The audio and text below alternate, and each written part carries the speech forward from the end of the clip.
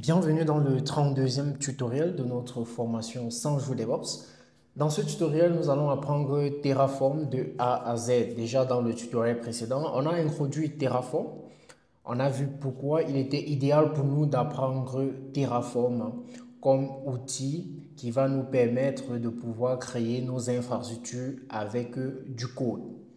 Donc, dans ce tutoriel, on va suivre ce plan. Déjà, introduire Terraform, vous connaissez déjà les cas d'utilisation, le cycle de vie de Terraform, l'installation et configuration de Terraform, écriture de votre premier projet Terraform, comprendre le fichier d'état Terraform, les bonnes pratiques avec Terraform, l'utilisation des modules Terraform, les problèmes courants avec Terraform, parce qu'il est bien vrai, parfois on ne mentionne pas cela, mais on va mentionner dans ce tutoriel, et les questions d'entretien que vous pourriez avoir si vous vous présentez à un entretien pour un poste de DevOps.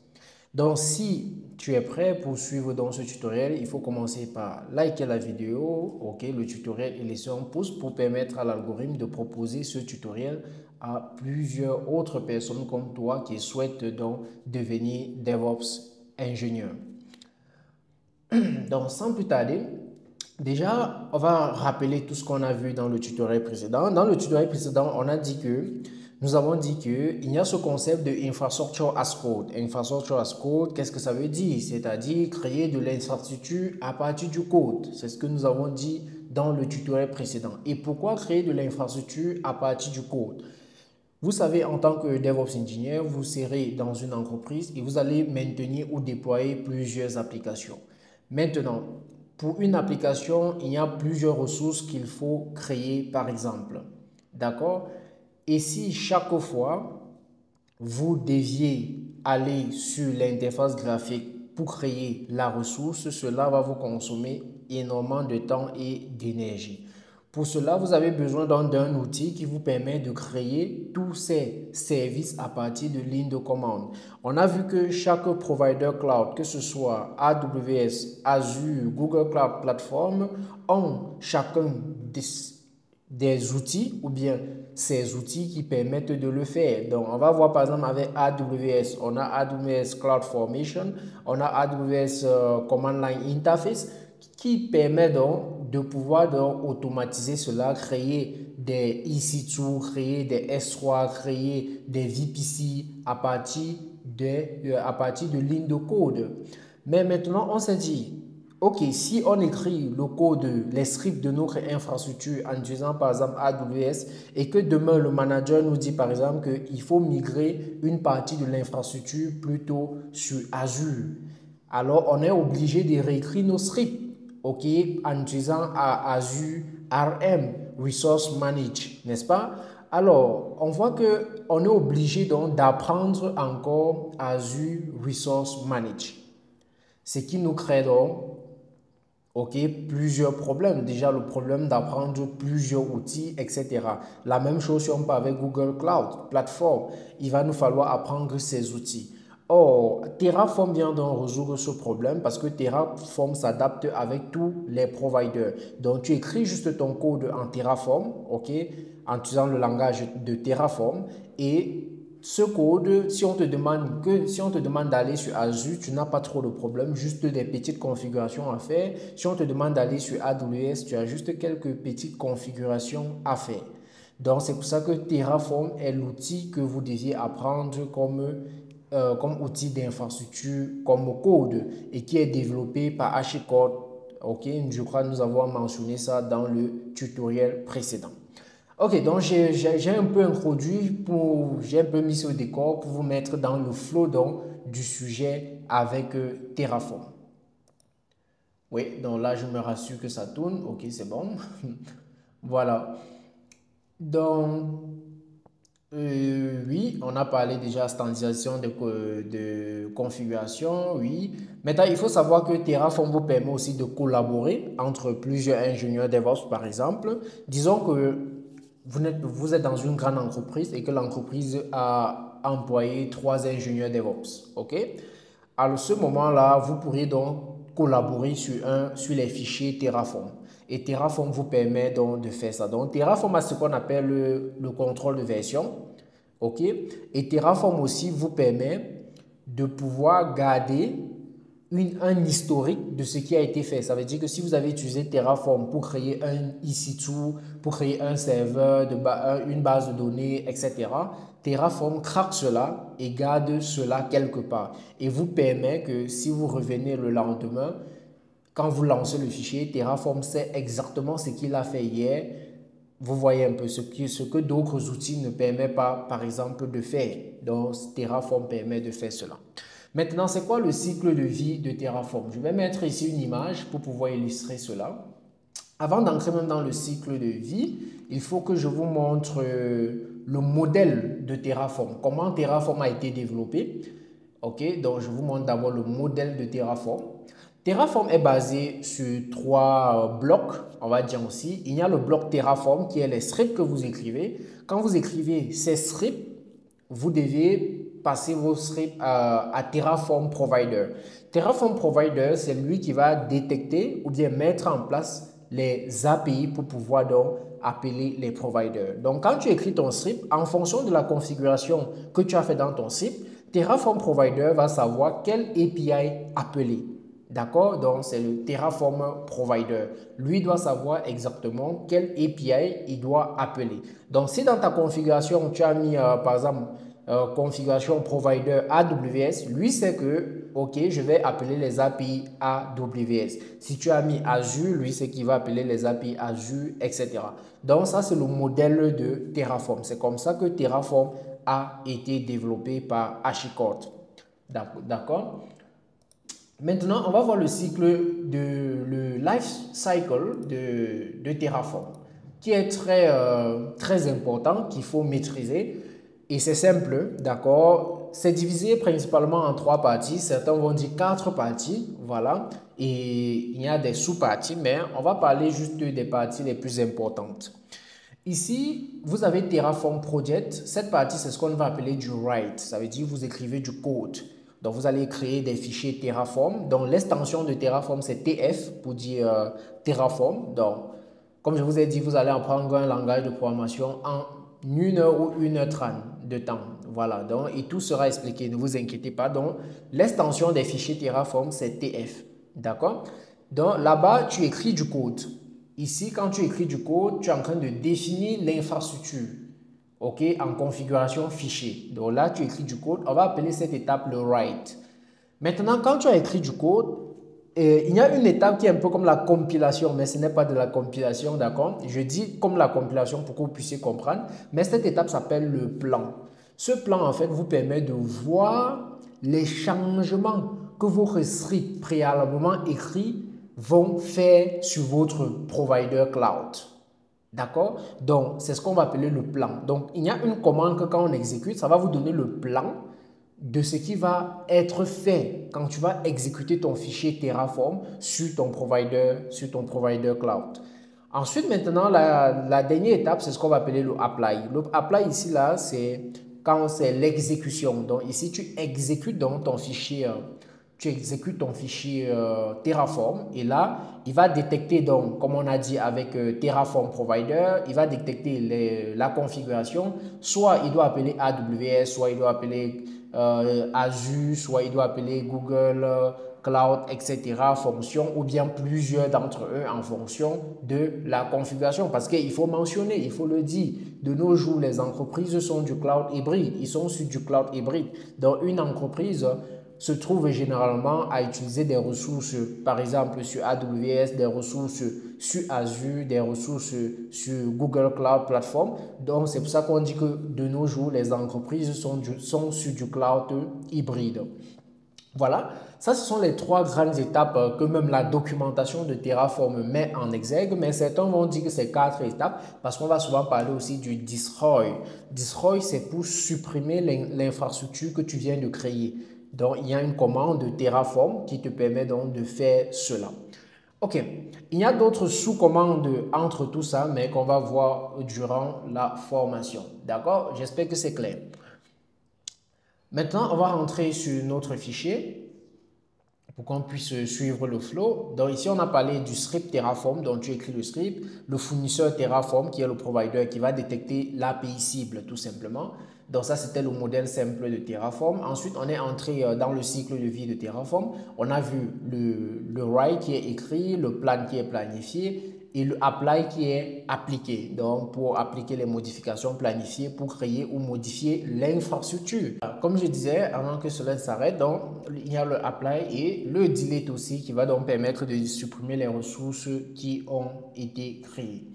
Donc ensuite, il va nous falloir donc installer Terraform qui est comme un langage de programmation. Donc nécessairement pour l'utiliser, il va falloir l'installer. Et l'installation est différente. Elle est différente en fonction du système d'exploitation que tu utilises. Donc il y a une installation sur macOS, sur Linux et sur Windows. Donc on va installer cela. Donc déjà, je vais venir ici. On va dire Terraform install. Ok, Terraform install, juste comme ça. Je vais mettre les liens en description. Donc, vous aurez ça en description du tutoriel. Donc, j'entre dans Terraform. Ok, j'agrandis un peu pour que ça soit visible pour vous ici. Donc là, vous allez voir installation manuelle, installation sur macOS, sur Linux. Je vais prendre Linux. Donc voilà les commandes qu'on va utiliser pour installer sur Linux. Donc vous aurez le lien de ça en description. Je vais exécuter les commandes les unes après les autres. Ok, maintenant, sur quelle machine je vais utiliser? Présentement, je suis sur Windows. Comme vous voyez là, je suis sur Windows, mais je ne veux pas utiliser Terraform sur Windows parce que ça peut être compliqué, ok, d'installer Terraform sur Windows. C'est pour ça que, comme j'ai toujours dit, je vous conseille d'être sur des machines, d'utiliser des machines Linux. Et si vous n'avez pas de machine Linux, par exemple comme moi ici, alors vous pouvez utiliser une instance ou un VPS qui a un système d'exploitation Linux où vous pouvez appliquer tout ce que nous allons voir. D'accord? Donc, ce que je fais, je vais revenir ici. OK. Je vais aller sur ma machine. OK.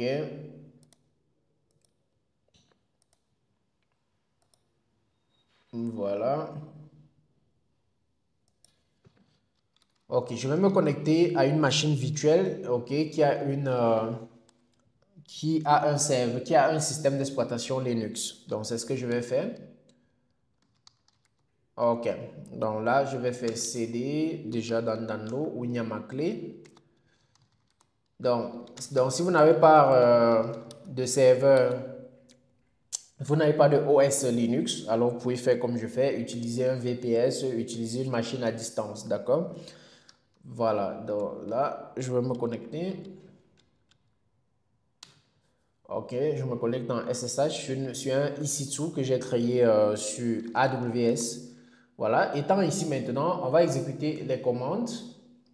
Première des choses à faire sur Linux, il faut faire un update. Donc, un sudo apt get update. Donc, c'est ça que j'exécute. Donc, si je copie juste les commandes sur le fichier, sur ce que je viens de vous montrer. Voilà, après avoir fait ça, après avoir fait ce update, il va falloir installer HashiCorp, ok, l'entreprise. Donc, c'est le package. Voilà, il va falloir télécharger cela. Ensuite, vérifier le print key. Tu fais ça, tu tapes entrée et là, voilà la print key ici qui s'expire en 2028. Après avoir vérifié cela, il va falloir, bon, ici, add the official, blablabla, system, blablabla, command, find, distribution, release. Oui, pourquoi pas, ajoutons. Donc, suivons le tutoriel, tout simplement. Je tape entrée. Ensuite, il faut faire encore download des packages HE2. Donc, il faut faire un sudo apt update encore. Je tape entrée. Après ça, maintenant, il faut faire sudo apt get install Terraform. Donc, maintenant, là, on installe Terraform. On tape entrée. Donc, Terraform a été installé. Maintenant, on va regarder la version Terraform-version. Terraform, j'ai mal écrit Terraform.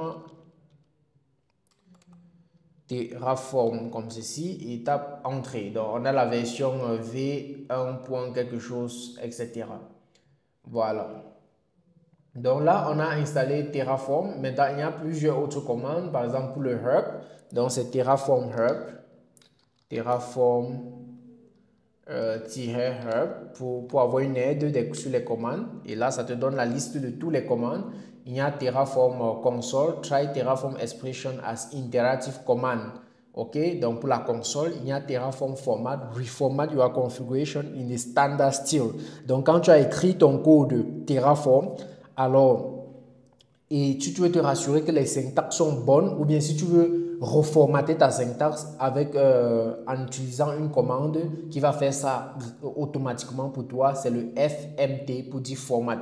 Si tu veux interagir avec une commande Terraform directement juste pour faire les testings, alors utilise console. Donc, quand on dit console, ça veut dire Terraform console, Terraform format, c'est un peu ça. Maintenant, il y a force unlock, release et stock lock on the current workspace.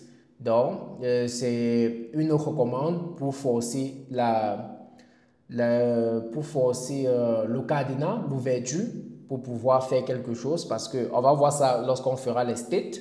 D'accord? Maintenant, on a le get qui est pour installer un module. On a le graft aussi, import, le logging pour se connecter par exemple à HashiCorp, par exemple Cloud Platform. On va voir ça. On a le logout pour se déconnecter, etc. On a le metadata, on a les modules, on a le output pour le output des variables, on a le provider pour les providers, le refresh pour rafraîchir, le show pour montrer l'état où nous nous trouvons.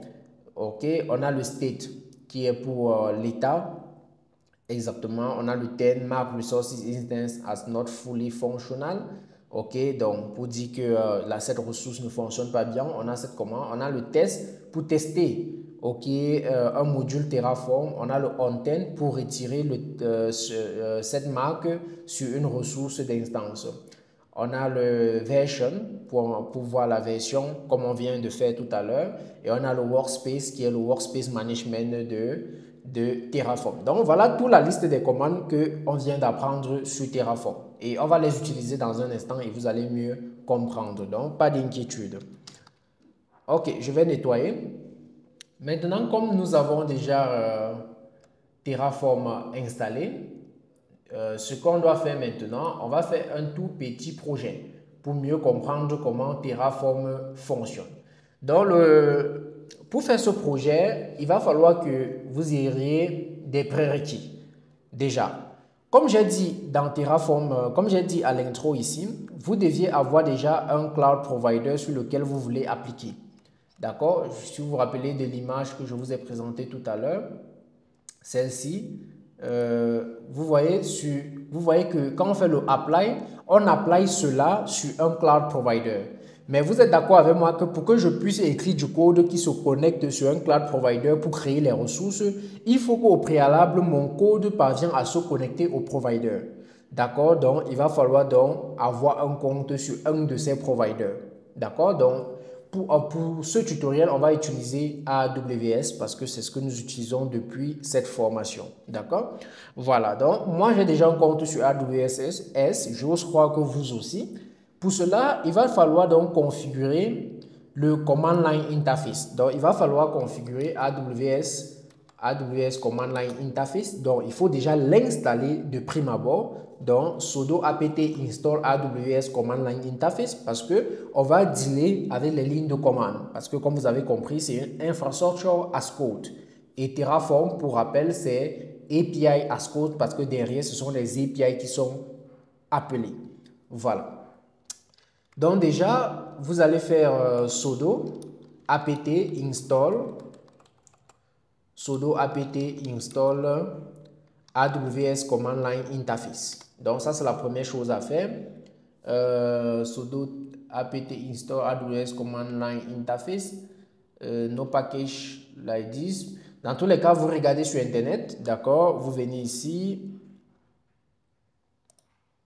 Vous venez là, vous regardez install, vous faites install AWS Command Line Interface on Linux par exemple. Donc vous précisez où vous voulez installer et là la documentation de AWS va vous montrer comment le faire tout simplement. Dans Linux, vous descendez. Donc, ils ont pour Linux. Vous cliquez juste dessus. OK. Sudo yums remove. Command line interface. OK, voilà ça. Vous allez d'abord faire ceci. Donc, pour télécharger. Ensuite, donc voilà la commande. Vous téléchargez d'abord. Donc, je peux exécuter avec vous. Même comme j'ai déjà installé chez moi, mais je vous montre. Donc, voilà. En première des choses, on télécharge. D'accord. File name, replace. Oui, parce que j'ai eu à télécharger. Donc, je vais dire yes pour replace. Replace, yes. Oh, qu'est-ce que j'écris? AWS install. Oh, qu'est-ce que ça fait? Les choix là sont bizarres. New name, je vais dire par exemple AWS zip. OK. Inflecting, replace. Bon, yes. Bon, il y a beaucoup de choses. Bon, je peux dire A pour tout. Oui, pour tout. Oui, donc c'est parce que j'ai eu à installer ça. Donc ensuite, après ça, maintenant, vous devez exécuter la commande sudo ceci pour installer. Donc ça, c'est la commande pour installer. Donc vous copiez cette commande, vous venez ici, vous la mettez et vous tapez entrée. Là, cette commande va installer. Vous voyez, ça me dit que ça y a trouvé une version existante chez moi. OK, donc si je veux réinstaller, je lance plutôt le rerun. D'accord, mais chez vous, ça va juste réinstaller. Vous n'aurez pas de problème. D'accord? Voilà, c'est super. Donc après ça, bon, ça c'est pour l'update, c'est tout. Après ça, vous avez déjà AWS installé chez vous. OK. Maintenant, quand vous avez installé AWS, vous pouvez faire AWS version pour voir la version du AWS qui est installée chez vous. Vous voyez, j'ai la version 2.24.13. Voilà. Après cela, maintenant, ça ne suffit pas parce que même si tu as installé AWS Command Line Interface sur ta machine, il va falloir que ta machine puisse se connecter à ton compte AWS. Pour cela, tu vas faire AWS Configure.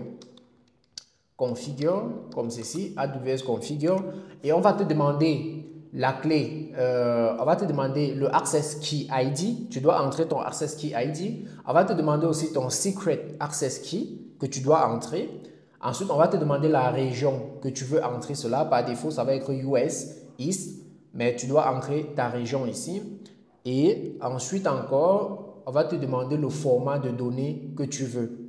Donc moi, je vais seulement arrêter parce que j'ai à configurer ça. Et je vous montre juste où prendre donc ces clés-ci. La première clé, il va falloir que tu te connectes sur ton compte AWS. Donc je vais aller ici. Tu vas aller sur ton compte AWS. OK. Donc là, je suis sur mon compte AWS. Tu vas aller sur le service IAM. Donc, je viens sur le service IAM ici. IAM, oui. Maintenant, il va falloir que je me connecte. Bon, là, je n'étais pas connecté. Donc, je vais dire Donald, le mot de passe. J'ancre mon mot de passe.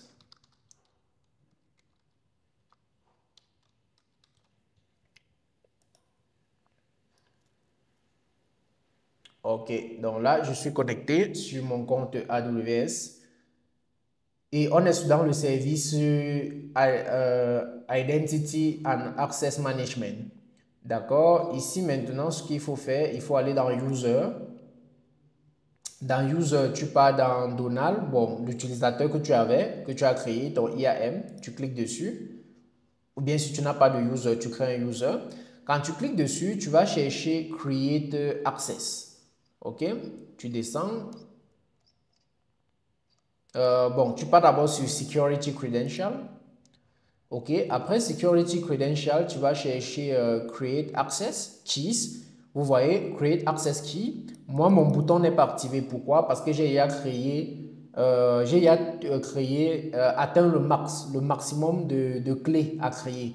Comme vous voyez, vous pouvez que créer 2 clés. Moi, j'ai déjà créé et ces 2 clés sont en utilisation quelque part. Donc, c'est pour ça que je ne peux plus créer.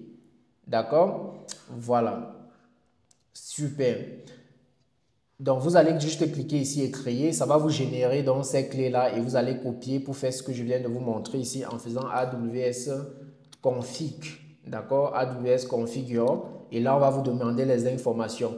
Pour le format ici, vous laissez par défaut JSON. Pour la région ici, vous pouvez soit laisser cette région, soit venir copier la région que vous voulez ici. Quand vous cliquez ici, vous avez toutes les régions. Voilà les régions. Vous mettez la région que vous voulez. Tout simplement, d'accord? Et vous pouvez laisser US East 1 comme ceci, tout simplement. Ça ne dérange pas. OK. Après que vous aviez connecté cela, pour vous rassurer que cela a été connecté, utilisez une commande, par exemple, pour lister les instances ici, par exemple EC2 ou bien les instances S3 que vous avez dans votre compte. Moi, je vais faire par exemple AWS S3 list. Donc, je vais lister, je tape la commande et vous voyez, ça me liste tous mes EC2. Voilà tous mes EC2, mes S3 buckets que j'ai créés, je vous l'ai dit. Donc, vous voyez, voilà tout ça ici. D'accord? C'est intéressant, n'est-ce pas? Et là, je vais nettoyer. Première chose qu'on va faire maintenant, nous allons faire un premier projet qui va nous permettre de créer automatiquement les instances EC2 à partir de Terraform. D'accord? On va écrire un code Terraform que quand on exécute, ça va aller dans notre compte AWS créer une instance EC2. D'accord? Donc là, on est en train de faire ce qu'on appelle du infrastructure as code. Donc à partir du code, on va créer nos ressources d'infrastructure. D'accord? Donc ce qu'il faut faire, je vais d'abord créer un dossier mkd. mkd, je vais appeler ça learn Terraform. Terraform. D'accord? Tout le code que je vais utiliser dans cette formation est sur GitHub. D'accord? Le lien est toujours en description. Voilà, donc learn mkd, learn Terraform, cd learn. Ok, je suis à l'intérieur. On va faire touch. On va dire main.tf. Ok, tf c'est Terraform, c'est l'extension. Je tape entrée. Maintenant, ici à l'intérieur, on va mettre un code qui va donc nous permettre de créer, ok, de créer un EC2 sur AWS. Pour cela, j'ai déjà le code écrit ici, je vais vous montrer. Et ce code-là est disponible aussi sur la documentation de Terraform. Ce n'est pas quelque chose qu'on retient, mais c'est quelque chose qu'on comprend. Donc, il faut bien comprendre. Ce n'est pas quelque chose qu'on retient, mais c'est quelque chose qu'il faut comprendre. Donc, je vais venir ici dans Local State. Vous allez trouver tout ceci, tout le GitHub de la formation sur, je voulais dire quoi, le repo de la formation sur GitHub. Donc, je vais aller sur main.tf. C'est ça ici. Je vais copier. OK, je vais expliquer, ne vous inquiétez pas. Donc là, je vais faire vim main.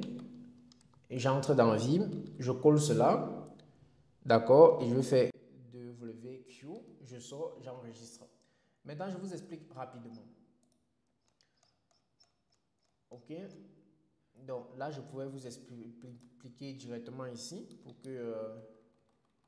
bon, parce que c'est plus lisible ici. Donc, je vous explique là. Donc, vous allez voir, il y a un bloc qu'il faut d'abord déclarer. Ce bloc s'appelle Terraform. C'est ici qu'on fait la configuration. Il faut bien retenir. Dans le bloc Terraform, le JSON Terraform, c'est ici qu'on fait la configuration. C'est ici qu'on déclare le provider qu'on va utiliser. Vous allez voir, j'ai dit require provider AWS. D'accord? AWS. Comme ceci, la source HashiCorp AWS, la version que je vais utiliser, c'est 4. doit être supérieur à 4.16. D'accord? Donc, ça, c'est la version qu'on doit utiliser. La version de Terraform doit être supérieure ou égale à 1.2.0. D'accord? Donc ça, c'est la version de Terraform. Ici, ça, c'est le provider. Deuxième chose, il faut définir la région dans laquelle tu veux appliquer, ton infrastructure sur AWS. Vous savez que AWS est basé dans plusieurs régions, donc tu dois préciser ta région. Par exemple, j'ai dit US West 2, par exemple, provider AWS.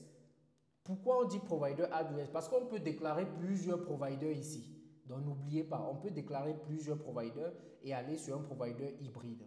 D'accord? Donc c'est pour ça que je précise provider AWS. La région que je vais appliquer ça, c'est ça ici. Maintenant, quelle est la ressource que je vais créer? Ressource, c'est AWS Instance App Server. Donc c'est ça que je vais créer, AWS Instance. Maintenant, quel est le EMI de ça? C'est ceci, comme ceci, vous avez la liste de tout ça sur Internet, des EMI. Mais dans l'instance, le type d'instance, c'est le T2 Micro, ok, le Micro qui est, je crois que n'est pas payant pour ceux qui viennent de créer le compte. Mais dans le nom que je veux donner à ça, je veux dire par exemple, je vais appeler ça tuto YouTube. D'accord? YouTube ici tout. Ici tout. D'accord? Donc ça c'est le nom, ce qu'on va appeler la target. Donc si je reviens sur ma machine ici, ok, là je vais faire vim main.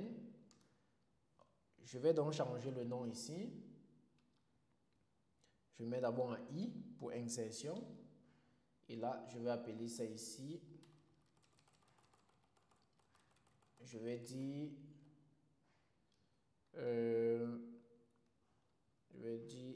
tuto YouTube ici tout. D'accord? Tuto YouTube ici tout. Escape et j'enregistre. Ok, super. Donc là, vous avez compris déjà la syntaxe simple d'un projet Terraform. D'accord? Voilà la syntaxe simple. Donc, quand j'ai fait ceci, quand j'ai écrit ceci, il va falloir maintenant que j'initialise le versioning dessus. D'accord? Initialiser le versioning dessus, qu'est-ce que ça veut dire? Ça veut dire un peu comme on fait avec Git. Quand vous avez créé un projet et que vous voulez mettre Git à l'intérieur, qu'est-ce que vous faites? Vous faites Git init. C'est la même chose avec Terraform. On va dire Terraform init. D'accord? Donc, c'est la première commande que vous deviez apprendre. Terraform init. Donc, quand je tape alors init, je tape entrée, ça va initialiser le backend. On va parler du backend plus tard, d'accord, pour que vous puissiez comprendre. Donc, ça va initialiser. Donc là, j'ai du versioning maintenant à l'intérieur. OK? Donc, si je fais ls -a, vous allez voir qu'il y a plusieurs fichiers qui sont créés, des fichiers cachés. Vous allez voir un fichier .terraform un peu comme .git. D'accord? Donc, c'est ça qu'on appelle le versioning. Ok, super. Quand j'ai fait le write, donc on vient de faire le write, ça c'est la première étape, le write. Maintenant, il faut le plan. Donc pour le plan maintenant, je vais faire Terraform plan, comme ceci. Je tape Entrée. Donc Terraform va me montrer le plan de ce qui sera exécuté sur mon compte AWS. Là maintenant, voilà le plan que Terraform m'a donné. Qu'est-ce qu'il dit? Il dit Terraform use the selected providers to generate the following execution plan. Resource actions are indicated with the following symbol. Plus veut dire create. Donc là, ça m'explique. Il me dit que si je vois un plus, cela veut dire que c'est ce que Terraform va créer sur mon cloud provider. Si je vois un moins, cela voudrait dire que c'est ce que Terraform va retirer. Donc partout là, vous voyez seulement les plus, ça veut dire que Terraform va faire une création sur mon cloud provider. Donc là, si on descend, on voit que les plus, on ne va pas tout lire ça et on va juste regarder le sommet en bas. On voit que Terraform dit que plan 1 à ajouter, 0 à changer, 0 à détruire. OK? Maintenant, comme le plan est propre, on peut vérifier si notre code est valide. On peut aussi faire le formatage de notre code. Comment on fait le formatage de notre code? On va dire Terraform FMT pour format. Et on va taper entrée. Là, ça a formaté. Donc, si tu avais mal écrit ton JSON, Donc, ce n'était pas bien aligné, ça va ordonner ça pour toi. D'accord? Donc, c'est comme un passeur. Ensuite qu'on a fait cela, on va vérifier si notre syntaxe est propre. Pour cela, on va dire Terraform validate. Terraform validate, comme ceci. Et là, ça va vérifier toute la syntaxe de notre code. S'il y a un problème quelque part, ça va nous signaliser. Et là, on voit, il dit Success, the configuration is valid, pour dire que tout est nickel ici. Maintenant qu'on a fait ceci, il reste quoi? Le apply. Il reste faire le apply. Vous vous rappelez? Ok, si je remonte l'image, parce qu'il faut que vous soyez dans le flow. Donc, si je remonte l'image ici, vous allez voir Terraform Lifecycle. Vous voyez, on a fait le write, on a fait le plan, maintenant il faut apply. Maintenant, si je viens sur apply, je vais donc dire Terraform apply, comme ceci, et je tape entrée.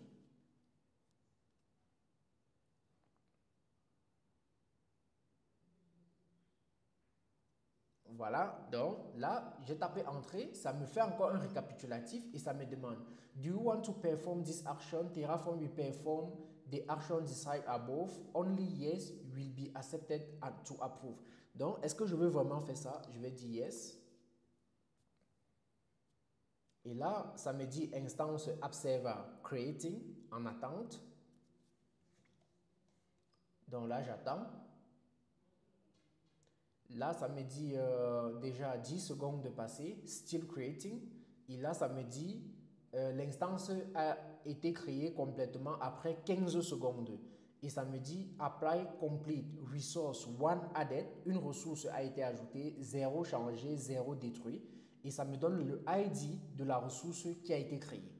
Donc là, c'est super. On vient d'écrire de faire ce qu'on appelle du infrastructure as code réellement. On vient d'écrire un script Terraform qui accède à notre compte AWS et crée des ressources. D'accord? C'est ce qu'on appelle donc du infrastructure as code. Mais est-ce que c'est donc vrai? Il faut donc aller vérifier sur AWS si la ressource YouTube, tuto YouTube EC2 a réellement été créé et dans quelle région ça a été créé. Parce que nous avons précisé la région. Si on regarde notre code ici, ok, nous avons dit qu'on veut que cela soit créé à US West 2. Donc, on va aller vérifier si à US West 2, cela a bien été créé. Donc là, je vais venir ici. Je vais aller sur les EC2.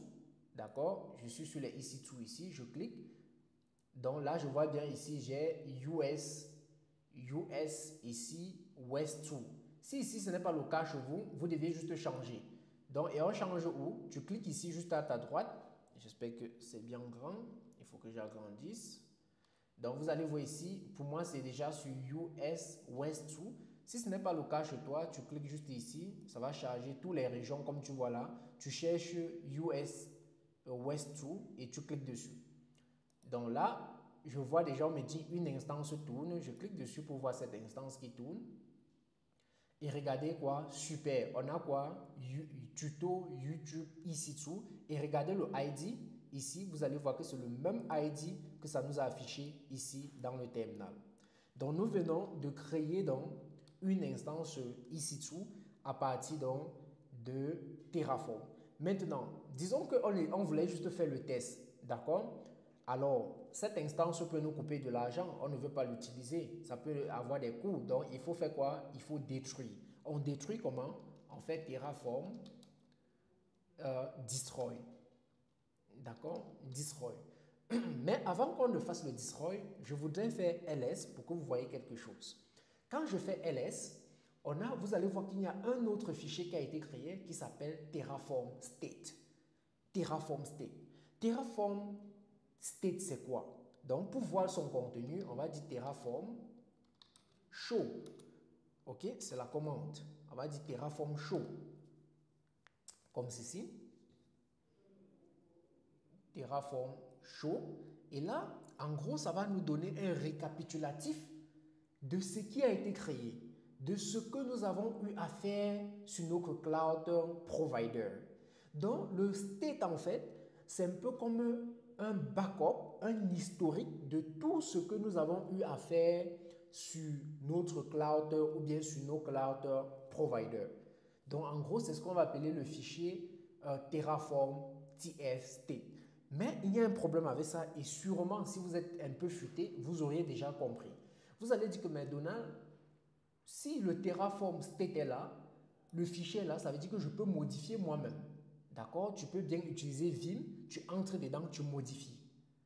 Et là, ça peut créer des problèmes. Parce que si tu entres dedans, tu dis que j'ai créé 2 instances ici-dessous, alors que Terraform, lui, connaît qu'il a juste créé un. Alors cette fois-ci, comme c'est son fichier qui le permet de savoir ce qu'il a eu à faire, donc c'est comme l'historique, ça veut dire que si tu supprimes ce fichier, Terraform ne saura plus ce qu'il a eu à faire. Donc ça, c'est un fichier qu'il faut sauvegarder quelque part. Et maintenant, ce fichier se trouve où? Dans ma machine. Donc même si je pousse le code sur GitHub, je ne peux pas pousser le fichier Terraform TF State. Pourquoi? Parce que ça contient des informations sensibles. Exemple d'une information sensible, regardez, je suis à l'intérieur, regardez, j'ai le ID de mon EC2. Ça, c'est une information sensible. D'accord? Si on descend plus bas, on va voir qu'il y a plusieurs autres informations sensibles. L'adresse IP publique, l'adresse publique DNS, l'adresse privée, j'ai l'adresse privée DNS, j'ai le réseau, j'ai l'ID du réseau, etc. Ça, ce sont des informations qu'il ne faut pas rendre publiques. Ce qui fait que je ne peux pas pousser cela sur GitHub, par exemple. Et comme je vous ai dit de prime abord, on peut être dans une entreprise où on a 3 ingénieurs DevOps qui travaillent. D'accord? Et ces ingénieurs DevOps travaillent sur les mêmes infrastructures. Ce n'est pas comme si chacun travaille sur son propre infrastructure. Ils sont dans la même entreprise. C'est-à-dire, ils doivent collaborer sur le même projet Terraform. Alors, il faut que le fichier Terraform State ne soit pas stocké dans la machine d'un DevOps Engineer. Il faut que ça soit stocké quelque part où tous les DevOps Engineers peuvent avoir accès à cela de façon sécurisée. C'est ce qu'on va appeler le remote state. Donc, parce que ici, nous sommes en local. C'est ce qu'on appelle le local state. D'accord? Il va donc falloir qu'on crée ce qu'on va appeler le remote state. Généralement, vous allez entendre donc parler du concept de backend. Ok? C'est d'où je voulais venir. Vous avez vu que quand on intensifiait Terraform, pour la première fois, ça a dit création du backend. Donc, ce backend que ça a créé en local. Donc, on peut donc configurer Terraform de telle façon que quand on initie Terraform pour la première fois, que le backend soit créé, par exemple, dans un S3 bucket ou bien créé dans HashiCorp Cloud Platform. Ok? Il faut savoir que Terraform, la plateforme, l'entreprise HashiCorp, nous donne aussi la possibilité de pouvoir stocker ce state-là chez eux et de faire en sorte que tous les autres ingénieurs DevOps qui travaillent sur le même projet puissent avoir accès donc à ce fichier. Mais nous qui travaillons avec AWS, je vais vous montrer les différents méthodes. Je vais vous montrer le HCP, donc le HashiCorp Cloud Platform. Je vais vous montrer comment vous pourriez stocker ce fichier-ci là-bas. Mais je vais aussi vous montrer comment vous pouvez stocker ce fichier-ci là plutôt dans un bucket S3 sur AWS et aussi utiliser une base de données comme DynamoDB pour que 2 ingénieurs DevOps n'utilisent pas ou bien ne lancent pas les commandes au même moment. Parce que même si tu as stocké cela dans S3 Bucket ou bien sur HashiCorp Cloud Platform, il faut que tu te rassures que 2 ingénieurs ne sont pas en train d'appeler, de lancer, de faire de la création au même moment. Sinon, il va avoir problème dans ce fichier. Pourquoi? Ce fichier sera concentré pour récupérer l'historique d'un ingénieur. Il va oublier de récupérer pour l'autre. Donc, il faut quelque chose qui va permettre que à chaque fois, donc je crois que j'avais une image comme ça, je vais chercher pour vous montrer. Je regarde ça rapidement dans ma machine. Il y a une image comme ça que j'ai préparée pour ça. Voici cette image. Donc je vais l'ouvrir pour que vous puissiez comprendre. Ok, donc ça s'ouvre.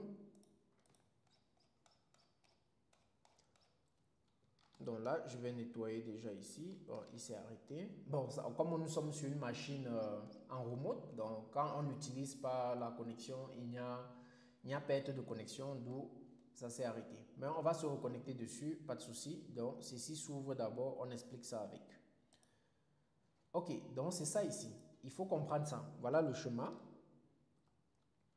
Ok, regardez, ça c'est en fait, comme vous voyez ici, Ideal Terraform Setup. Donc ça c'est le setup le plus sûr de Terraform. Donc ici, tu es l'utilisateur, tu écris ton code de Terraform et tu le mets sur GitHub. D'accord? GitHub, donc vous allez jouer le versionning avec GitHub. Donc plusieurs développeurs peuvent travailler avec sur GitHub.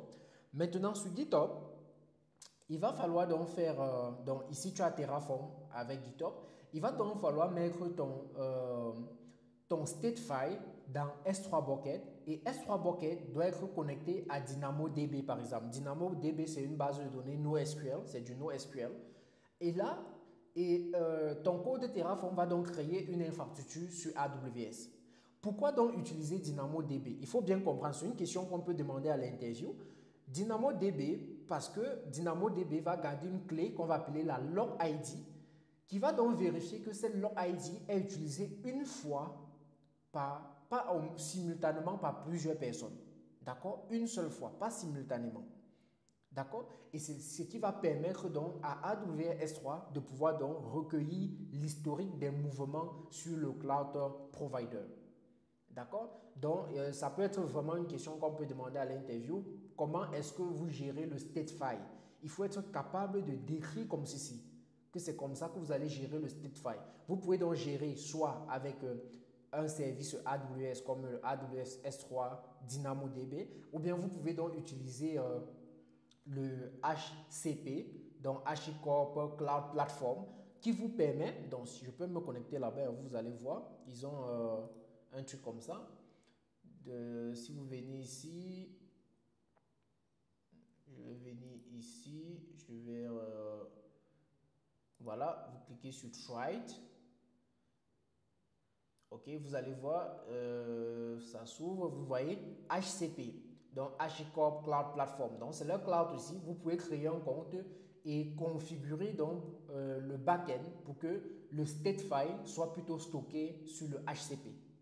D'accord? Donc, ce qu'on va on va faire dans ce tutoriel, je vais vous montrer comment configurer cela pour que, parce que celui-ci est simple, Terraform même a un tutoriel qui vous montre comment faire ici, mais je vais vous montrer un peu ce qui est complexe. Donc, je vais vous montrer comment stocker cela sur S3 et connecter votre S3 à un DynamoDB.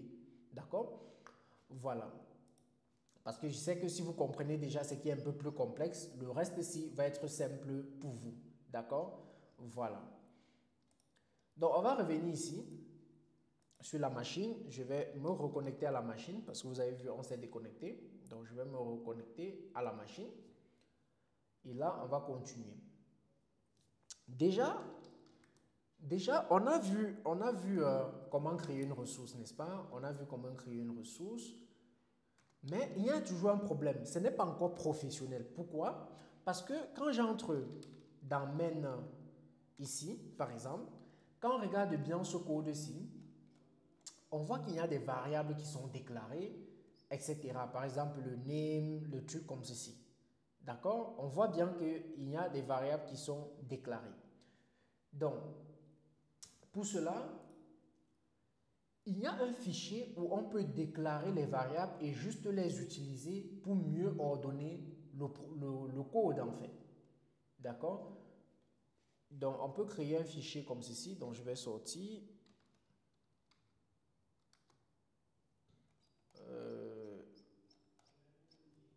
Donc, voilà, ça. On a toujours un problème de connexion avec ça. Je regarde ma net ou ma box voir.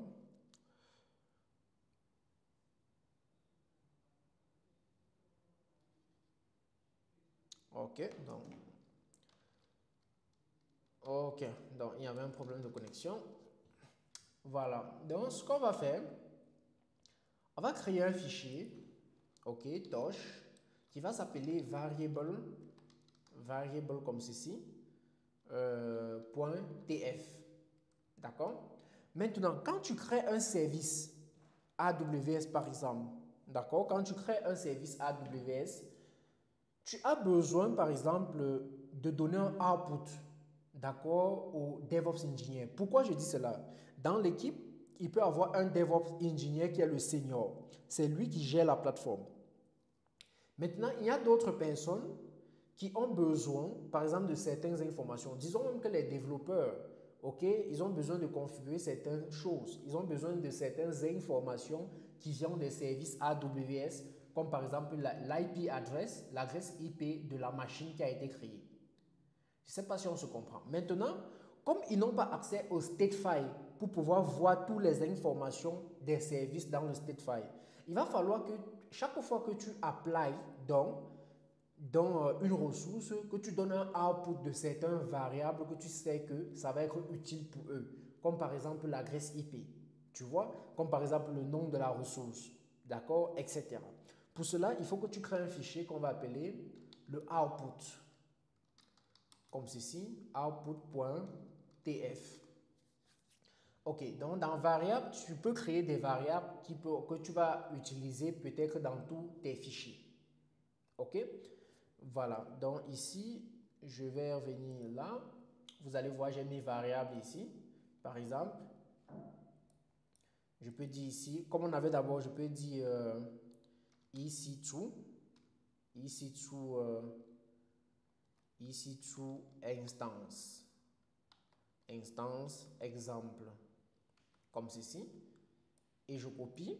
Donc ça, c'est comme ça qu'on décrit une variable. Donc il faut l'instance name, que ça doit être le name ici là. Regardez, voici l'instance name. Il faut que ce soit la même chose parce qu'il faut faire attention. Donc la variable là doit s'appliquer à quelle ressource? Voilà le nom de la ressource. Donc c'est pour ça qu'on dit variable ici. Et vous voyez, c'est le nom de la ressource. Vous décrivez le type de la variable et la valeur par défaut. Donc là, je copie. Et je viens ici sur la machine.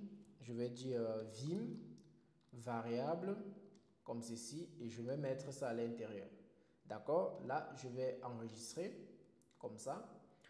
Et après avoir enregistré comme ça, pour utiliser cette variable là maintenant, je vais faire vim. Ok, le nom, je vais venir ici, je vais dire le nom de ma variable, c'est ça, n'est-ce pas? La variable qu'on a utilisée, c'est ça ici, variable instant name qu'on a déclaré.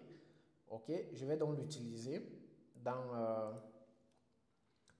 dans le fichier main, d'accord?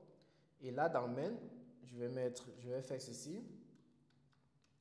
Je viens ici sur name. Au lieu d'entrer moi-même le nom comme ceci, ce que je fais c'est quoi? Je vais dire var.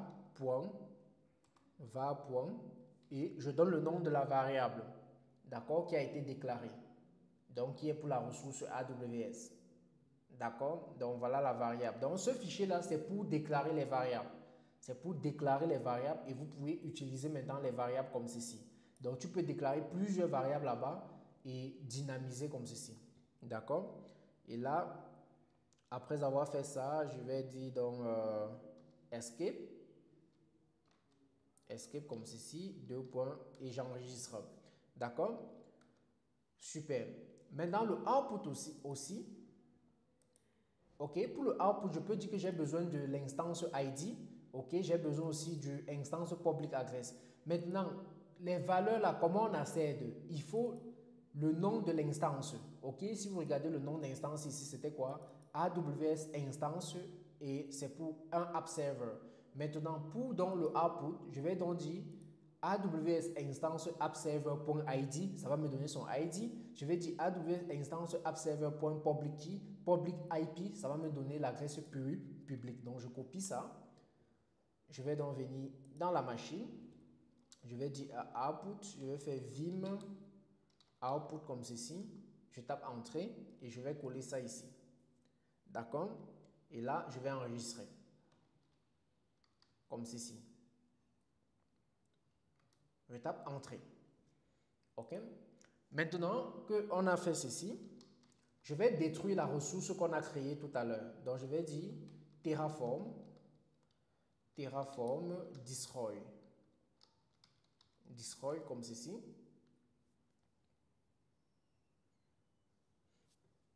Terraform destroy et vous allez voir ça dit app instance app server. Ça me demande que est-ce que je veux vraiment supprimer. Je vais dire oui. Et là, ça lance le destroy. C'est en train de détruire donc le service que nous avons créé tout à l'heure. Ça fait still destroying. Ok, ça nous rappelle que t'inquiète, je fonctionne toujours parce que parfois tu peux penser que voilà, il y a un problème. Donc là, still destroying, toujours en train de détruire.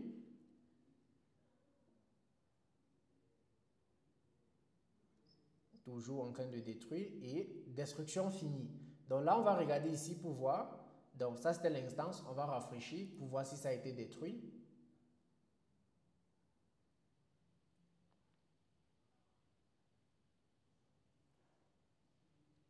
Donc là, vous voyez, on n'a plus d'instance. Donc nous avons détruit cela. D'accord, nous avons détruit. Ok, maintenant comme c'est détruit, si on fait ls,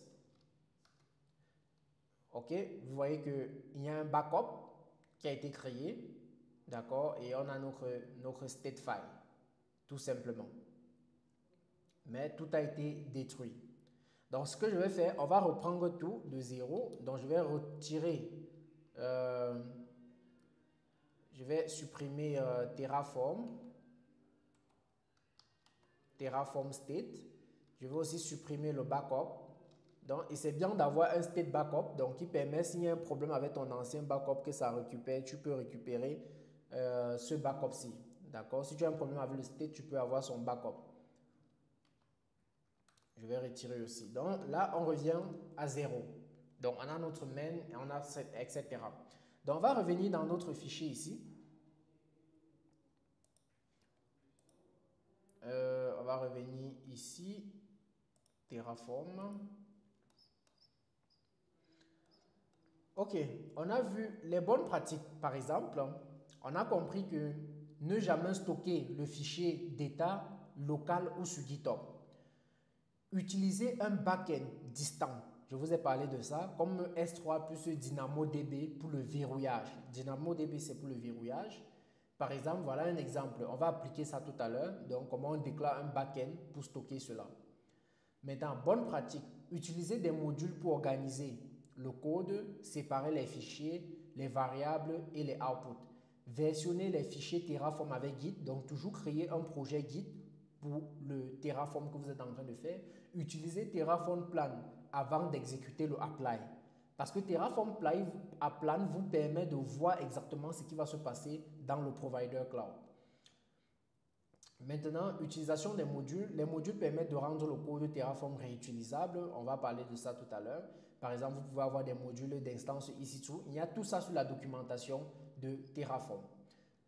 Ok, donc on va revenir sur les modules après. Donc on va finir d'abord avec cette partie-ci, le backend. Donc ce que je vais faire, je vais venir ici. Je vais venir plutôt ici. Je vais aller dans Remote State. D'accord? Dans Remote State, je vais cliquer sur Main et je vais vous montrer. Regardez ici. Qu'est-ce que j'ai fait? Je déclare un backend, d'accord, que j'appelle S3. Ça donc c'est là-bas. Donc le backend, c'est où on va stocker le state file. Et là, je dis que mon bucket que je veux stocker dedans, ça va s'appeler My Terraform Backend. Je vais dire YouTube. OK? My Terraform Backend YouTube. La clé, ça va être terraform state.tfstate. D'accord? Tout simplement. La région, c'est ça. La table DynamoDB que je vais créer, ça sera terraform ça. Le encrypt, ça va être égal à true pour dire encrypt the state file for security. D'accord? Ensuite, je vais dire mon provider, je vais donner mon provider, la version tout simplement. Et ici, on n'a pas de problème. Donc là, je vais dire la variable ici, je vais dire var.instance. Ça s'appelait comment? Je regarde dans variable. Ok, instance name. Je reviens ici. Instance name tout simplement. Ok, declaration not fine. Bon, c'est pas grave, mais c'est déclaré. Et là, je vais copier ça comme ceci. Je vais aller... Donc, on va créer tout ceci. Donc, on va créer un bucket. On va créer une base de données Dynamo. D'accord? Donc là, je vais venir ici. Je vais faire remove de main. Et je vais recréer un autre main.tf. Et je vais mettre ça à l'intérieur. Là, je vais stocker. J'enregistre. C'est bon. D'accord? Maintenant, je vais utiliser ChatGPT, d'accord, pour avoir les commandes que je veux. Donc là, je vais dire à ChatGPT, donc je vais copier ça. Comme je vous ai dit, on retient plutôt ces commandes. Je vais dire, donne-moi la commande pour créer ce bucket et la table Dynamo avec le AWS CLI. Donc, Command Line Interface. Donc, je donne ça. Donc, il va me donner donc les commandes pour créer. D'accord. Donc, voilà la commande pour créer le bucket. Exactement. Donc, activer le chiffrement du bucket, activer le versioning du bucket, créer DynamoDB pour le verrouillage, etc. Donc, il m'a donné toutes les commandes. Je vais donc les utiliser. Donc, pour créer un bucket, donc, je vais venir ici. Je vais utiliser une commande pour créer le bucket. Donc, voilà la commande pour créer un S3 bucket. Donc, create bucket, blablabla. Je vais taper entrée. Et ce bucket-là va s'appeler My Terraform Backend-YouTube. Je tape entrée. OK, ça a été créé. On va vérifier si ça a été créé. On va faire AWS S3 LS, comme ceci. Est-ce qu'on a YouTube parmi? Oui, voici ça. AWS Terraform Backend YouTube. D'accord? C'est super. Maintenant, ensuite, on va regarder, on va faire activer le chiffrement. D'accord? Donc, on va activer le chiffrement comme ceci. Je vais mettre toutes ces commandes dans le fichier. D'accord? Je vais mettre ça dans un fichier. Donc, mais vous pouvez trouver ça sur Internet ou bien avec ChatGPT comme je le fais là. Je vais activer aussi le versioning. Comme ceci. Enable. Voilà, le versioning a été activé. Maintenant, je vais créer la table Dynamo. Maintenant, vous allez voir Billing Mode, Pay per Request. Donc, je paye par requête. Donc, c'est quand on fait une requête sur cette table que je vais être facturé. D'accord? Super. Donc, je copie la commande. Et je viens ici. Je crée. OK. Je vais vérifier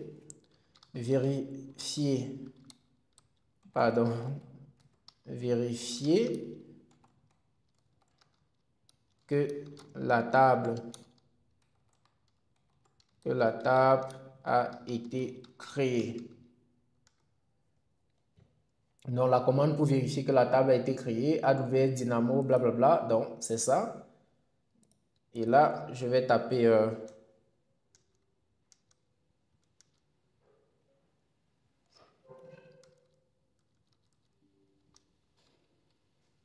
OK. Donc, là, je vais taper entrée comme ceci.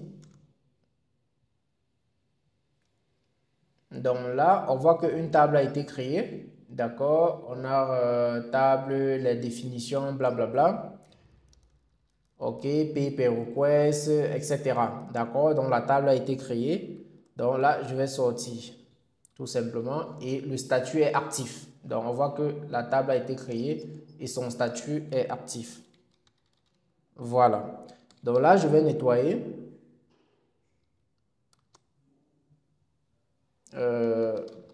Oh, pourquoi ça n'écrit pas? Ah, là, mes commandes n'écrivent plus. Je ne sais pas quel quoi est-ce que j'ai activé. Ok, c'est pas grave. Je vais essayer de me reconnecter à la machine. Si ça résout ce problème, on fait download. Ok.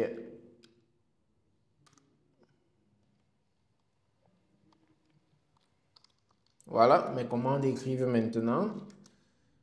Ok, cd Terraform.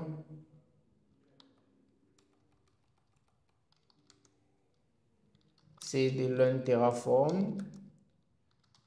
Ok. Super. Donc là, on a configuré tout. Donc désormais, notre state ne sera plus ici, mais plutôt en remote. Nous sommes d'accord, n'est-ce pas? D'après notre configuration. Donc c'est ce qu'on a fait ici.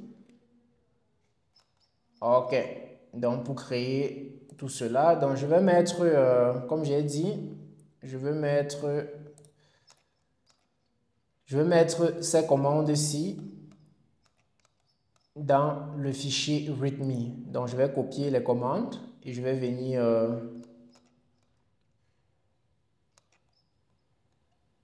oui, je vais copier, voilà, je vais venir ici.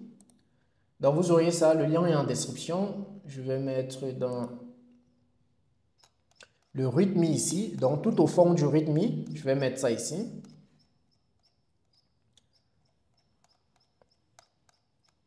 Voilà. Donc j'ai mis ça ici. Donc vous allez trouver ça ici, les commandes blablabla pour créer tout ça, vous allez trouver ça ici. Dans le README sur GitHub de Terraform, d'accord? Dans le groupe, parce qu'il y a plusieurs dossiers pour chaque truc que nous avons appris. Voilà. Donc ici maintenant, après avoir fait ça, je vais dire Terraform init d'abord. Donc initialisation du backend déjà. Ok, regardez, Sourcelf configure the backend S3. Donc cette fois-ci, le backend est sur S3. Terraform will automatically use this backend unless the backend configure change. Donc automatiquement, Terraform va utiliser mon backend S3 que nous avons mis sur pied ensemble. D'accord? Et ensuite, après le init, qu'est-ce qu'il faut faire? On va faire Terraform apply. Donc, on peut déjà vérifier d'abord la validité, validate du fichier, Terraform validate, si notre fichier est bien fait. Ok, tout est bien fait, c'est super. Ensuite, on va faire Terraform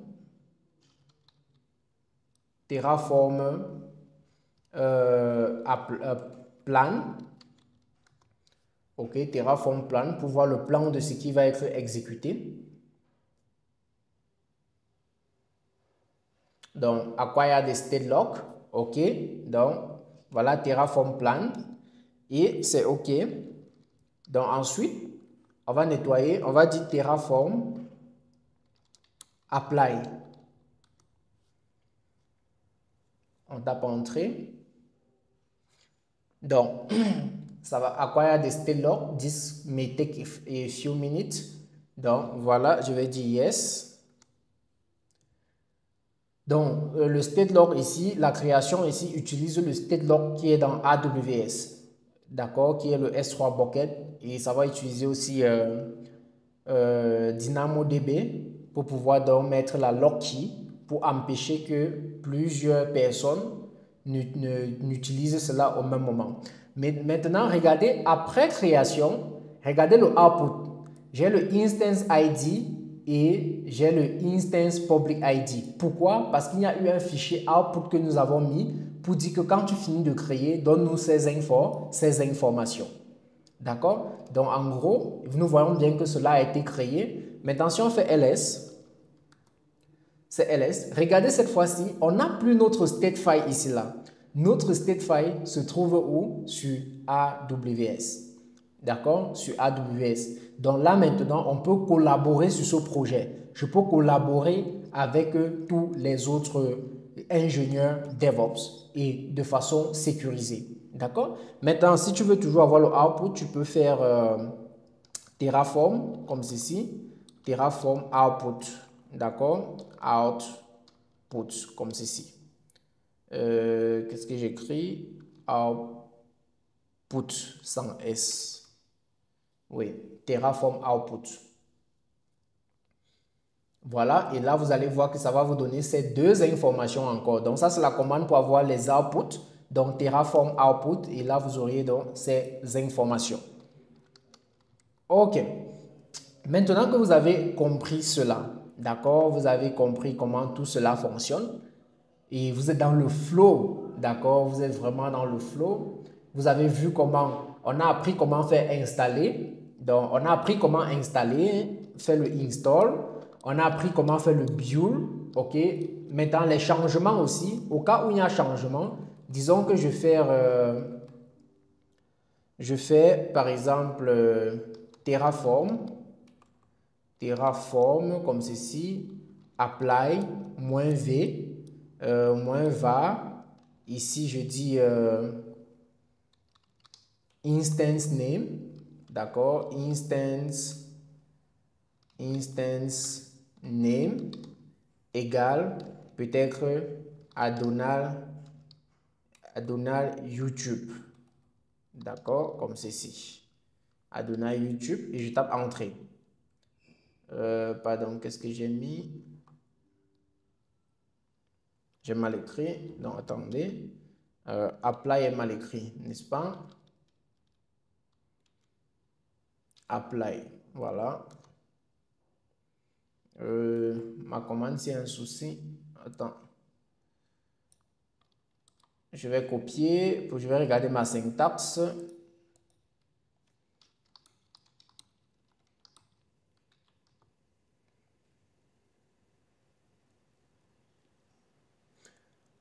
Ok, bon, j'ai omis un truc. Ok, donc ma syntaxe a un souci. Donc voilà, vous voyez, j'ai utilisé ChatGPT pour mieux regarder la bonne syntaxe. Donc là, Terraform apply -var égale à instance name Donald YouTube et je tape entrée. D'accord? Maintenant, ce que ça fait, je suis en train de vouloir changer comment l'instance s'appelait. D'accord? Et là, ça me dit, voilà les changements qui vont avoir lieu. EC2 instance exemple va s'appeler maintenant Donald YouTube. Est-ce que c'est ce que tu veux? Je vais dire oui. D'accord? Et là, ça va s'appliquer. C'est pour ça que la valeur que je vous disais dit qu'on donne, vous voyez, ça s'est appliqué. Et si on part, on regarde, on va voir que ça s'est appliqué ici aussi. Donc là, si on vient ici sur instance, on actualise. On actualise cela. Donc, vous allez voir que désormais, ça s'appelle Donald YouTube. Donc, on a juste actualisé. On a fait une mise à jour. C'est pour ça que je vous ai dit que le code qui se trouve dans les variables que vous déclarez, c'est juste, vous donnez juste une valeur par défaut. D'accord? Vous donnez juste une valeur par défaut. Vous voyez, ça, c'était la valeur par défaut. Et je vous ai montré comment j'ai changé la valeur. D'accord? Donc là, je sors en utilisant donc cette commande apply -v pour changer la valeur de cette variable qui s'appelle instance name. OK? Voilà, super. Donc maintenant, en ce qui concerne les modules, il y a plusieurs modules. Il y a le module EC2, c'est-à-dire au lieu de toi-même écrire tout comme on a écrit dans comme nous avons écrit dans comme nous avons écrit dans le main, d'accord? Il y a un module qui a été créé pour ça. Donc, je n'étais même plus obligé de moi-même tout déclarer. Il y a un module. Donc, et toi-même, tu peux écrire tes propres modules et publier. D'accord? Donc, c'est la même chose avec les Ansible, etc. Donc, c'est les patates de même sion, on va dire ainsi. Donc, si je viens ici, je vais dire module. Je vais chercher module. Ok, module. Est-ce que j'ai pas module quelque part ici? Voilà, comme je disais avant que Je ça ne disais avant s'arrête, que ça ne voilà. s'arrête, Donc tu voilà. peux toi-même Donc, tu peux écrire toi-même écrire tes tes propres modules ou bien regarder les modules qui ont été Tu vois, déjà écrits. module Tu vois, EC2 module Terraform par EC2 exemple. Terraform par exemple. Donc je suis plus Donc, obligé je de suis plus moi-même obligé écrire de cela. moi-même Donc écrire quand je cela. clique Donc, quand je sur clique sur EC2 EC2 module, module, je peux je directement peux utiliser ce directement utiliser module ce module que d'écrire moi-même mon propre mon module. propre module. D'accord? D'accord? Donc là, on Donc va là, on va regarder le module regarder le EC2. module EC2. Ça prend un peu de Donc, ça prend un temps, peu de temps, peut-être problème de connexion. de connexion.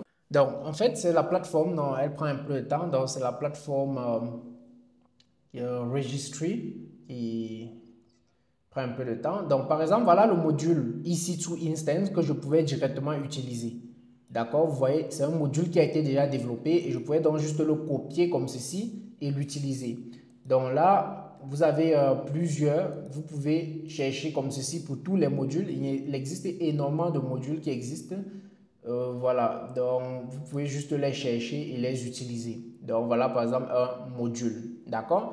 Donc en gros c'était ça que je voulais vous montrer ici en ce qui concerne les modules. Maintenant vous avez le nombre de inputs dans les variables, les outputs, les dépendances et les ressources.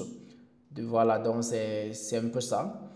Donc là si on revient ici, on revient dans notre fichier ici. Donc tout le code se trouve ici. Donc vous avez le code pour le local, vous avez le code pour le remote, d'accord? Et si on revient dans notre fichier, on a vu les bonnes pratiques, on a vu comment configurer ceci, d'accord? On a vu comment faire les destroy et tout le reste. Après ceci maintenant, l'utilisation des modules. Donc vous pouvez écrire vos propres modules et publier sur Registry ou bien utiliser les modules qui existent déjà. Donc, par exemple, voilà l'exemple d'utilisation d'un module EC2 Instance. D'accord? Donc, ça, vous n'avez plus besoin d'écrire tout le code qui était en bas. Maintenant, c'est quoi les problèmes avec Terraform? Quels sont les problèmes qu'on rencontre généralement avec Terraform? Parce qu'il faut en parler. Terraform n'est pas aussi beau qu'on le pense. Il a aussi des inconvénients. De un, il y a le fichier d'état que nous avons stocké sur le S3 et DynamoDB tout à l'heure. D'accord? Le fichier d'état est une source unique de vérité. Ça veut dire quoi? Si vous perdez ce fichier-là, c'est fini. Vous ne pouvez plus savoir ce qui s'est passé sur le cloud. Il n'y a pas, par exemple, une commande qui permet de lancer sur une infrastructure pour avoir donc ce code Terraform. Il n'y a pas ça. Donc, c'est la seule source de vérité. Donc, quand tu le perds, c'est fini. Mais dans les modifications manuelles des ressources cloud ne sont pas détectées automatiquement. Donc, s'il y avait une possibilité que on crée des ressources manuellement sur AWS, par exemple, et que ces ressources-là sont directement, automatiquement présentées dans le fichier d'état, alors ça devait être une bonne chose, d'accord, mais ce n'est pas le cas.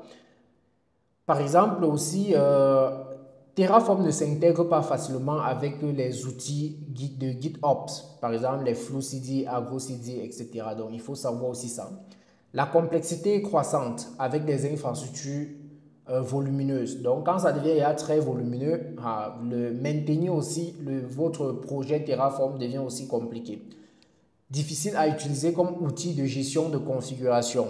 Oui, parce que parfois on va dire, je crois que certains se posent souvent cette question que oui Donald, tu nous as appris Ansible par exemple, qui est un fichier, qui est un outil qui nous permet de gérer les configurations des configurations sur des data centers, sur des clouds.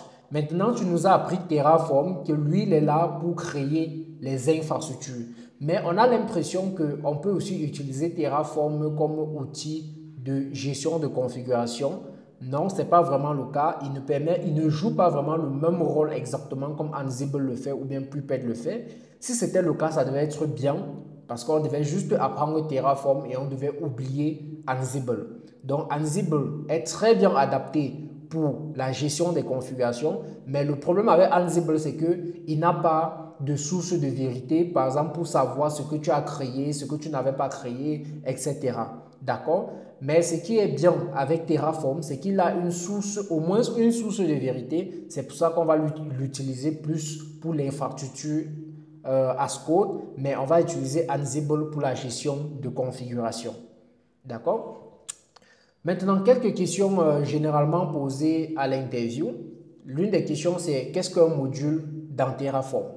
Donc, vous devez être capable de répondre ça simplement. Donc, c'est déjà quelque chose bien développé dans un bout de code pour la gestion de ressources bien écrit qui est utilisé par plusieurs personnes parce que ça résout le même problème que vous aviez eu. Donc, si vous développez un module et que vous saviez que ça peut aider plusieurs personnes pour qu'ils ne réécrivent pas eux-mêmes tout le code, alors il est nécessaire que vous déployez dans votre module. Et si vous pensez qu'un module est complexe ou bien un bout de code de Terraform que vous voulez écrire est complexe, alors cherchez déjà en ligne si quelqu'un n'a pas écrit un module dessus et vous utilisez plutôt ce module. Comment configurer Terraform? Ça, c'est une question qui peut venir. OK, on va vous demander comment vous configurez Terraform. À ce moment, vous devez expliquer ce que je vous ai montré ici des ID Terraform Setup. Vous devez être capable d'expliquer ça complètement. Soit vous utilisez AWS S3 Bucket et DynamoDB comme state, OK, pour stocker le state file, ou bien vous utilisez alors Hardcore Cloud Platform pour le faire. Et c'est très simple, regardez juste là-dedans. D'accord? Voilà. Maintenant, on va vous demander aussi quel est le rôle de S3 et DynamoDB dans Terraform. Si on vous pose cette question, vous allez répondre que on peut utiliser S3 et DynamoDB comme backend remote pour le state file. Pourquoi? Cela va permettre déjà, S3 va permettre de sauvegarder le state file en remote pour que plusieurs personnes puissent utiliser et sans toutefois avoir accès à des informations sensibles. C'est comme ça qu'il faut répondre. De deux, si on vous demande à quoi c'est donc DynamoDB, vous allez dire que DynamoDB ici va jouer le rôle de lock pour permettre qu'une seule personne soit en train d'être déployée ou bien d'utiliser l'infrastructure avec les fichiers Terraform uniquement. Donc, plusieurs personnes ne peuvent pas utiliser simultanément. Donc, c'est comme ça qu'il faut répondre pourquoi le rôle de DynamoDB. Et n'oubliez pas que c'est un NoSQL database. Maintenant, on peut vous demander de citer quelques commandes essentielles de Terraform. Vous allez dire Terraform init, Terraform format, Terraform apply, Terraform plan, Terraform. Et c'est mieux de les citer en ordre, c'est-à-dire Terraform init, Terraform format, Terraform validate, Terraform plan, d'accord, Terraform apply. Donc voilà les commandes par exemple que vous devez connaître. Terraform version, Terraform herb, Terraform show aussi pour montrer le fichier state. Donc il ne faut pas oublier cela. Donc maintenant, en gros, on a fini le cours sur Terraform. Vous pouvez juste un peu lire un peu sur les modules, comment ça fonctionne, lire un peu sur comment le Hashcore Platform fonctionne et vous pourriez aller faire une certification Terraform sur leur plateforme qui coûte, je crois, ça coûte $70, quelque chose comme cela. Donc vous pouvez payer si vous voulez pour donc faire cette certification. Donc lisez juste la documentation de Terraform pour avoir tous les mots-clés qu'on peut par exemple poser à l'interview. On peut par exemple vous donner un mot, qu'est-ce que ça veut dire que je ne vous ai pas dit ici. Donc essayez de lire la documentation pour avoir tout ce flow avant d'aller prendre la certification Terraform. Donc si tu as aimé cette formation, tu me laisses un pouce et la partie commentaire est toujours là pour vos questions. À nous revoir donc dans le prochain tutoriel où nous allons entrer donc dans le 33e tutoriel de notre formation 100 jours DevOps.